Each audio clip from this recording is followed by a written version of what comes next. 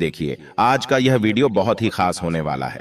आप सभी लोग जानते हैं कि 8 मार्च 2024 को है, महाशिवरात्रि है। और दोस्तों, यह महाशिवरात्रि जो होती है, यह साल की सबसे बड़ी शिवरात्रि होती है और इस दिन का महत्व भी बहुत ही ज्यादा बड़ा होता है।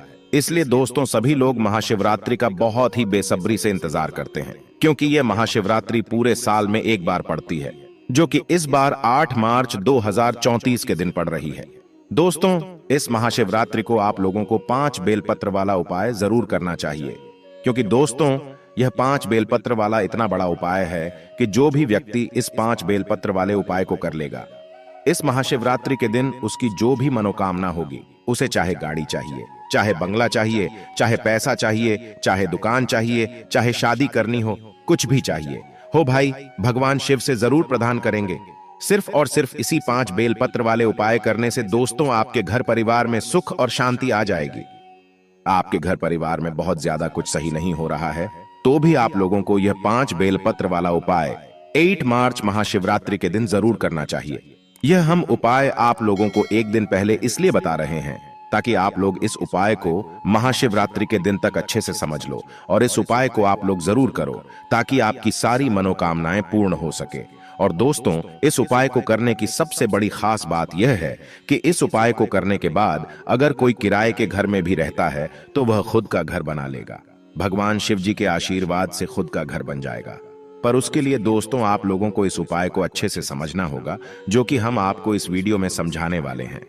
दोस्तों, सबसे पहली बात, 8 मार्च 2024 को महाशिवरात्रि के दिन ये 5 बेलपत्र वाला उपाय किसको करना है, कैसे करना है, कब करना है, कहां करना है, ये सारी बातें हम लोग समझ लेते हैं। सबसे पहली बार दोस्तों, ये जो 8 मार्च को महाशिवरात्रि के दिन 5 बेलपत्र वाला उपाय है, ये किसको करना है? तो दोस्तों देखिए, घर में जो बड़े सदस्य होते हैं वह यह वाला उपाय करें। मुख्य रूप से जो घर की माताएं बहनें होंगी, उन्हें यह 5 बेलपत्र वाला उपाय महाशिवरात्रि के दिन करना चाहिए। पर किसी कारणवश अगर घर में माताएं बहनें उपस्थित न हो, तो उनके स्थान पर फिर कोई घर का कोई बड़ा व्यक्ति भी इस उपाय को कर सकता है और उपाय का फल भी ले सकता है। अब प्रिय भक्तों, उपाय में क्या करना है कि इस दिन मतलब के दिन के समय ये उपाय करना है।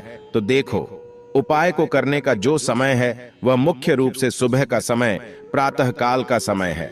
दोस्तों, सुबह अगर जितना जल्दी आप उपाय को करो उतना ज्यादा अच्छा है, और अगर थोड़ा लेट भी हो जाते हैं तो भाई 11 बजे तक भी उपाय करोगे महाशिवरात्रि के दिन तो भी चल जाएगा।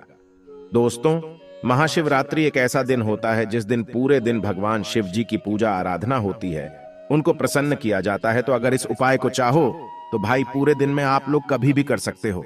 और यहाँ पर एक और समय है जो कि शाम के समय प्रदोष काल का समय है। इस प्रदोष काल के समय में भी आप लोग जो है भगवान शिव जी के लिए 5 बेल वाला उपाय कर सकते हो, क्योंकि महाशिवरात्रि के पूरे दिन भर आप लोग कोई भी उपाय करोगे, भगवान शिव जी उसे जरूर स्वीकार करेंगे हैं। तो अब हम समझते हैं कि यह 5 बेल पत्र वाला उपाय आपको करना कैसे है। उससे पहले दोस्तों, अगर आप भोलेनाथ के सच्चे भक्त हो तो वीडियो को एक लाइक और कमेंट बॉक्स में हर हर महादेव लिख दें और चैनल को सब्सक्राइब करना ना भूलें। तो देखिए, सबसे पहली चीज, अगर आप इस 5 बेलपत्र वाले उपाय को सुबह के समय में कर रहे हैं तो आप लोगों को पूजन सामग्री जरूर लेकर जानी है। पूजन सामग्री कहने से मतलब है कि वैसे भी महाशिवरात्रि के दिन रहेगा तो सभी लोग भगवान शिव जी के मंदिर जा भी रहे होंगे, तो कुछ ना कुछ पूजन सामग्री जरूर लेकर जाएंगे। पर जो लोग कुछ भी लेकर नहीं जा रहे होंगे, वो अपने साथ में 1 लोटा जल जरूर लेकर जाएं, अगर वो इस उपाय को कर रहे हैं। और जो लोग प्रतिदिन शिव जी की पूजा करने जाते हैं, महाशिवरात्रि दिन बड़ी पूजा करने वाले हैं, वो अपनी पूजा वैसे ही करें। अपनी पूजन अर्चना करने के बाद ही आप लोगों को अपना यह वाला चमत्कारी उपाय करना है। अगर यही उपाय आप लोग शाम के समय कर रहे हो तो शाम के समय आप लोगों को भगवान शिव जी के मंदिर में एक दीपक जरूर रखना है। और महाशिवरात्रि के दिन भगवान शिव जी के मंदिर में दीपक जलाने का भी एक अलग ही महत्व होता है। तो आपको वो दीपक कैसे तैयार करना है वो भी आप लोग यहां पर ध्यान से सुन लो।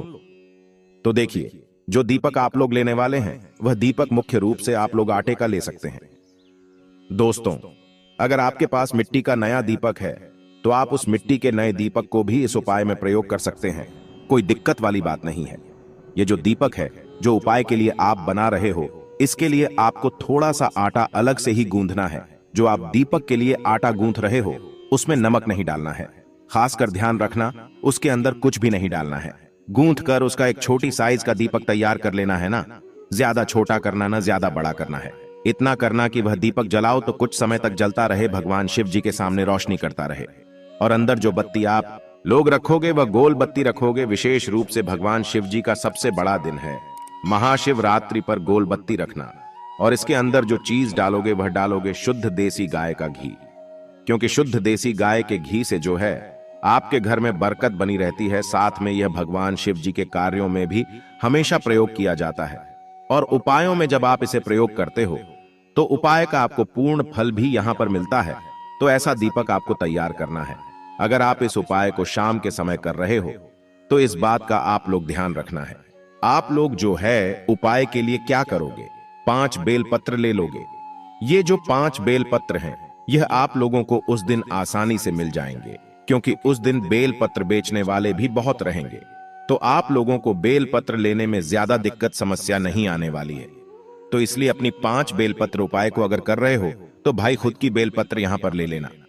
अब यहां पर यह प्रश्न आप बिल्कुल मत करना कि अगर बेलपत्र न मिले तो क्या करें। बेलपत्र न मिले तो आप शिव जी की शिवलिंग के ऊपर से ही ले सकते हो, पर महाशिवरात्रि का दिन है तो भाई खुद के परिश्रम से 5 बेलपत्र तो आप लेकर आ ही सकते हो। दोस्तों, 5 बेलपत्र आपको तैयार कर लेनी है। अब ये जो 5 बेलपत्र होंगी ये ना तो कटे फटे होनी चाहिए ना टूटी होनी चाहिए, बिल्कुल साबुत 5 बेलपत्र होनी चाहिए। इस बात का भी आप लोगों को ध्यान रखना है यह 5 बेलपत्र आपने उपाय की तैयार कर ली। इसके बाद अब आप लोगों को क्या करना है कि अपना जो एक लोटा जल है, जो भी पूजन सामग्री है वह तो आपको अलग रखनी है। साथ ही में अपनी यह 5 बेलपत्र जो है अपने साथ में रखकर अपने घर के पास में जो भी शिव मंदिर जहां पर भगवान शिव जी की पूजा होती हो, जहां पर शिवलिंग विराजित हो, वहां पर आप लोगों को यह वाला उपाय करने के लिए जाना है। अगर आप लोग शाम के समय भी जा रहे हो तो शाम के समय भी आपको अपने घर के पास में जो भी शिव मंदिर हो वहां पर जाकर ही यह वाला उपाय करना है। तो सीधा जाकर ही हमें यह वाला उपाय करना है या कुछ समय रुकने के बाद यह वाला उपाय करना है। तो देखिए यहां पर हम आपको बता दें कि यह जो उपाय होगा यह पहले पूजन अर्चना करने के बाद ही होगा। मतलब जो आप एक लोटा जल लेकर गए हो या पूजन करने के लिए जो भी भगवान शिव जी के लिए पूजन सामग्री लेकर गए हो, पहले आप उस सामग्री से भगवान शिव जी की पूजा अर्चना करोगे, ठीक है। उसके बाद में उपाय करोगे। शाम के समय गए हो तो पहले जाकर अपना वह दीपक लगाओगे, और दीपक भी जो लगाओगे ना वो अपनी माचिस से जलाओगे। घर से उस दीपक को जलाकर नहीं लाना है, मंदिर में आकर ही जलाना है। मंदिर में आकर खुद की माचिस से उस दीपक को जलाना, और दीपक को भी इतना पास में मत रखना कि भगवान शिव जी को आंच लगे। थोड़ी दूरी पर आप उस दीपक को जो है भगवान शिव जी के शिवलिंग के पास में रख देना। उसके बाद में फिर आप लोग उपाय करना भगवान शिव जी के शिवलिंग के पास में बैठकर। और जैसे ही आपकी पूजन अर्चना हो जाती है, तो जैसे ही आप लोगों की पूजा अर्चना हो जाती है, उसके बाद में अब आपको शिव जी की शिवलिंग के पास में बैठ जाना है। आसपास बैठे या सामने बैठे कोई दिक्कत वाली बात नहीं है, बस अपनी 5 बेलपत्र अपने साथ में रखकर बैठना है। अब देखिए यहां पर यह 5 बेलपत्र है तो 5 अलग अलग जगहों पर यहां पर चढ़ाएंगे। तो इसलिए यह जो 5 स्थान है इन्हें ध्यान से सुन लीजिएगा, समझ लीजिएगा। उसके बाद इन बेलपत्र वाला जो 5 बेलपत्र वाला उपाय है यह आप लोग कीजिएगा। महाशिवरात्रि के दिन बहुत ही बड़ा दिन है और इस उपाय को करने का बहुत ही अच्छा मौका है। इस उपाय का आपको फल भी बहुत ही जल्दी यहां पर मिल जाएगा। तो 5 बेलपत्र है, जिसमें से सबसे पहला बेलपत्र आप लोग निकाल लो। सबसे पहली बेलपत्र आप लोग यहां पर समर्पित करोगे माता अशोक सुंदरी जी वाले स्थान पर। अब माता अशोक सुंदरी जी का स्थान कहां पर होता है? यह जो माता अशोक सुंदरी जी का स्थान होता है यह जलाधारी के ऊपर होता है। जलाधारी के बिल्कुल बीचों बीच में होता है, जहां पर जल आधारित होती है। जलाधारी के बिल्कुल बीचों बीच का जो स्थान होता है वहीं माता अशोक सुंदरी जी का स्थान होता है, जो पहला बेलपत्र है। आपकी इन 5 बेलपत्र में से उस पहला बेलपत्र को आपको माता वाले स्थान पर, मतलब जलधारी के बीच, यहां पर आपको चढ़ा देनी है। पर ध्यान रखना, इस बेलपत्र की डंडी का मुख कहां पर होना चाहिए? जहां से जल बहता है और जल गिरता है, और बीच वाली बड़ी पट्टी का मुख शिवलिंग की तरफ होना चाहिए। तो इस तरीके से बेलपत्र को आप माता अशोक सुंदरी वाले स्थान पर चढ़ा दीजिएगा। उसके बाद में दोस्तों बात करते हैं दूसरी बेलपत्र की। तो देखिए जो दूसरी बेलपत्र होगी यह आप लोगों को माता जगदम्बा जी के या माता पार्वती जी के हस्त कमल पर चढ़ाना है। यहां पर जरूर लोगों को समझ नहीं आएगा तो हम आपको यहां पर बता दें कि देखिए जलाधारी होती है, जलाधारी के ऊपर शिवलिंग रखा हुआ होता है।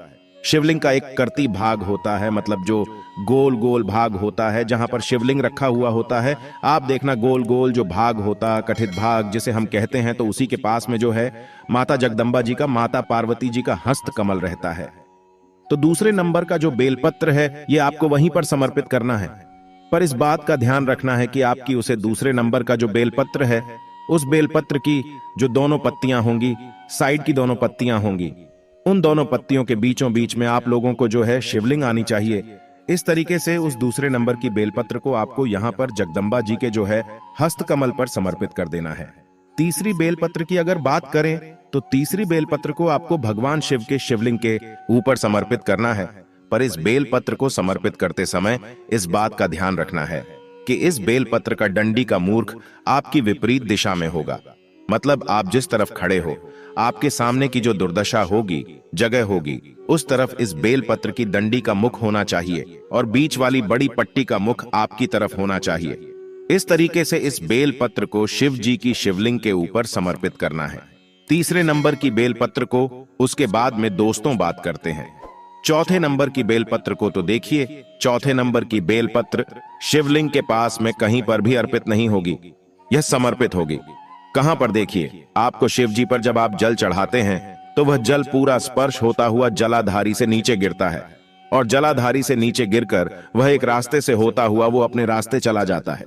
ठीक है, तो ये जो शिवलिंग पर चढ़ा हुआ जल जिस रास्ते से बहकर जा रहा है ना, नीचे जमीन पर जिस रास्ते से बहकर जा रहा है, उस रास्ते के ऊपर, उस जल के ऊपर जो रास्ते से जल बहे, मतलब जिस रास्ते से वह जल बहकर जा रहा है, शिव जी पर चढ़ा हुआ उस रास्ते पर आपको अपना यह चौथे नंबर की बेलपत्र को समर्पित कर देना है।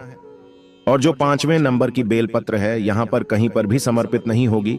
यह पांचवें नंबर की बेलपत्र लेकर आपको नंदी बाबा के पास में आ जाना है। मतलब शिव जी के शिवलिंग के सामने जो नंदी बाबा बैठे हुए थे उनके पास आ जाना है। उनके पास में आकर आपको यह देखना है कि भगवान नंदी बाबा का एक कौन सा पैर ऐसा है जो कि उठा हुआ है। उठा हुआ ना दिखे तो मोड़ा हुआ तो दिख ही जाएगा। आप लोगों को एक पैर अलग ही दिख जाएगा। आप लोगों को उनका वह उठा हुआ पैर होगा। तो उठे हुए पैर के पास, मतलब भगवान नंदी के उठे हुए पैर के पास मैं आप लोगों को अपनी यह पांचवें नंबर की बेलपत्र को समर्पित कर देना है।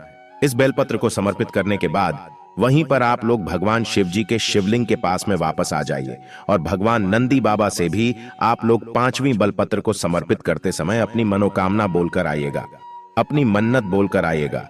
उसके बाद में वापस से भगवान शिव जी की शिवलिंग के पास में आइएगा और 2 मिनट बैठकर उनके सामने भगवान शिव जी के नाम का जाप कीजिएगा और अपनी मनोकामना बोलिए। जो भी जिस काम के लिए आप लोग यह वाला उपाय कर रहे हो, अपना वह काम बोल दीजिएगा। निश्चित ही कुछ ही समय के अंदर बहुत ही जल्दी आपकी मनोकामना पूर्ण होगी।